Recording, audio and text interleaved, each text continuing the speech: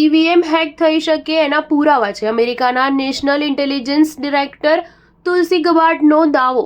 ભારતમાં વિપક્ષ વર્ષોથી ઈવીએમથી મતદાન સામે સવાલ ઉઠાવતો રહ્યો છે. વિશેષ રૂપે ચૂંટણીમાં પરાજય થાય એટલે દોષનો ટોપલો ઈવીએમના માથે નાખી દેવાય છે. જો કે ઈવીએમ સાથે ચેડાના વિપક્ષના દાવા ચૂંટણી પંચ સતત ફગાવતું રહ્યું છે. જો કે અમેરિકન નેશનલ ઇન્ટેલિજન્સ ડિરેક્ટર તુલસી ગબાર્ડે દાવો કર્યો છે કે ઇલેક્ટ્રોનિક વોટિંગ સિસ્ટમ હેક થઈ શકે છે અને તેના પુરાવા પણ મળ્યા છે. તેમણે અમેરિકામાં બેલેટ પેપરથી ચૂંટણીની માંગ કરી છે. તેમના આ નિવેદનથી ભારતમાં હોબાળો મચ્યો છે. વિપક્ષે ફરી એક વખત ઈવીએમ સામે સવાલ ઉઠાવ્યા છે. જો કે ચૂંટણી પંચે ભારપૂર્વક કહ્યું છે કે ભારતની ઈવીએમ સિસ્ટમ ફૂલ પ્રૂફ છે.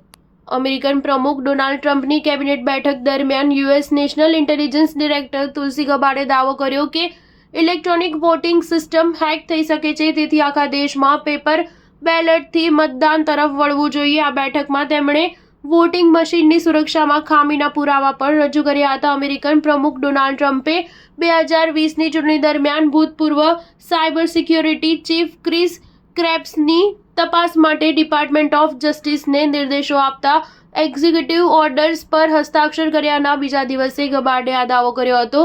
ગબાર્ડે કહ્યું કે ઇલેક્ટ્રોનિક વોટિંગ સિસ્ટમ લાંબા સમયથી હેકર્સના નિશાના પર છે અને તેને કેવી રીતે હેક કરી શકાય તેના પુરાવા આપણી પાસે છે. હેકર્સ ઈવીએમમાં પડેલા મતો સાથે ચેડા કરી શકે છે. તેથી ઈવીએમ જરા પણ વિશ્વાસપાત્ર સિસ્ટમ નથી. આપણે દેશમાં ચૂંટણીની પ્રમાણિકતામાં મતદારોનો વિશ્વાસ જાળવી રાખવા માટે બેલેટ પેપરથી મતદાન ફરજિયાત કરવું જોઈએ. તુલસી ગબાર્ડના આ નિવેદનના અમેરિકા જ નહીં ભારતમાં પણ ઘેરા પ્રત્યાઘાત પડ્યા છે. વિપક્ષને ફરી એક વખત ભારતમાં ઈવીએમ સામે સવાલ ઉઠાવવાની તક મળી ગઈ છે. વિપક્ષે ફરીથી દેશની ચૂંટણીમાં બેલેટ પેપરથી મતદાનની માંગ કરી છે. બીજી બાજુ તુલસી ગબાર્ડના નિવેદનના સંદર્ભમાં ચૂંટણી પંચે જવાબ આપ્યો છે. સ્ટાર ન્યૂઝ 7 હંમેશા સચ્ચાઈની સાથે.